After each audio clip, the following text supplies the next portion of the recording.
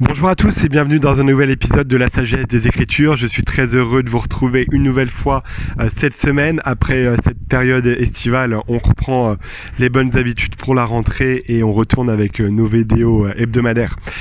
Mais avant de commencer cette vidéo, pour ceux qui ne l'avaient pas vu sur les réseaux sociaux, je tiens à vous annoncer que mon premier livre, Au-delà de la pandémie, est disponible sur Amazon. Donc c'est un livre évidemment exceptionnel. Donc je vous mettrai le lien dans la description pour ceux qui voudraient le lire. Alors, pour cette rentrée, j'aimerais vous partager une écriture qui se trouve dans 1 Corinthiens 12, où c'est Paul qui donnait une allégorie, qui faisait une comparaison, entre le corps et l'unité qu'on devrait avoir entre dans notre famille ou avec nos collègues de travail, dans notre équipe de sport ou dans notre église. Alors, il disait donc dans 1 Corinthiens 12, les versets 14 jusqu'à 22, il disait « Ainsi le corps n'est pas un seul membre, mais il est formé de plusieurs membres. Si le pied disait « Parce que je ne suis pas une main, je ne suis pas du corps », ne serait-il pas du corps pour cela ? Et si l'oreille disait « Parce que je ne suis pas un œil, je ne suis pas du corps », ne serait-elle pas du corps pour cela ?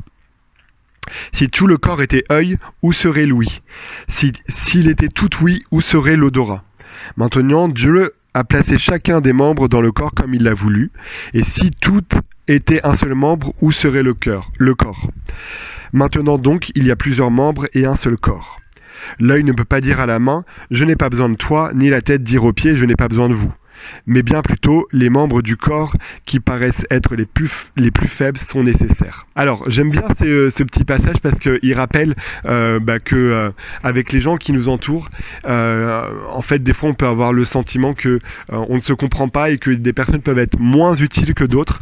Mais ce que Paul explique, c'est qu'en fait, on est tous utiles, on a tous un rôle et une fonction à jouer dans ce monde et que des fois, on peut avoir tendance à se comparer aux autres, mais que c'est pas nécessaire. Tout comme ce serait pas logique à la main de se comparer au pied pour dire je suis déçu parce que moi j'arrive pas à porter tout le corps comme le pied le fait. Ce serait illogique parce que la main a d'autres fonctions que le pied ne peut pas avoir. Et donc et parfois pourtant on a tendance à faire ça. Et des fois aussi quelque chose qui peut être compliqué, c'est de comprendre l'autre quand l'autre n'a pas les mêmes habitudes, n'a pas les mêmes fonctions que nous. Je reprends mon exemple de la main. Des fois, la main peut avoir l'impression de ne pas comprendre le pied, parce que le pied va agir d'une certaine manière que la main n'agit pas du tout. Et donc, les deux peuvent paraître contradictoires, et pourtant, les deux vont agir d'une manière à faire avancer le corps. Et donc c'est l'invitation que je nous laisse pour cette semaine, c'est de chercher l'unité avec notre famille, avec les gens qui sont autour de nous.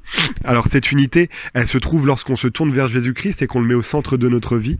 Mais voilà, cherchons l'unité, cherchons nos points communs au lieu des choses qui nous différencient.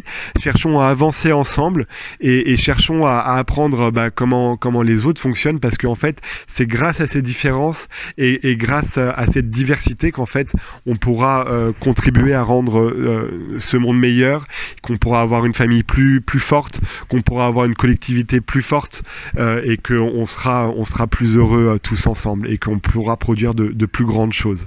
Voilà, rappelons-nous du dicton africain que j'aime beaucoup, tout seul on va plus vite, mais ensemble on va plus loin, et je sais que voilà, avec les personnes qui sont autour de nous, on pourra accomplir de grandes choses. Donc voilà, j'espère que cette petite pensée vous a plu. N'hésitez pas encore une fois à la partager avec les personnes qui pourraient en avoir besoin. Et sur ce, je vous souhaite une excellente journée et je vous dis à la semaine prochaine pour plus de sagesse grâce à Jésus-Christ.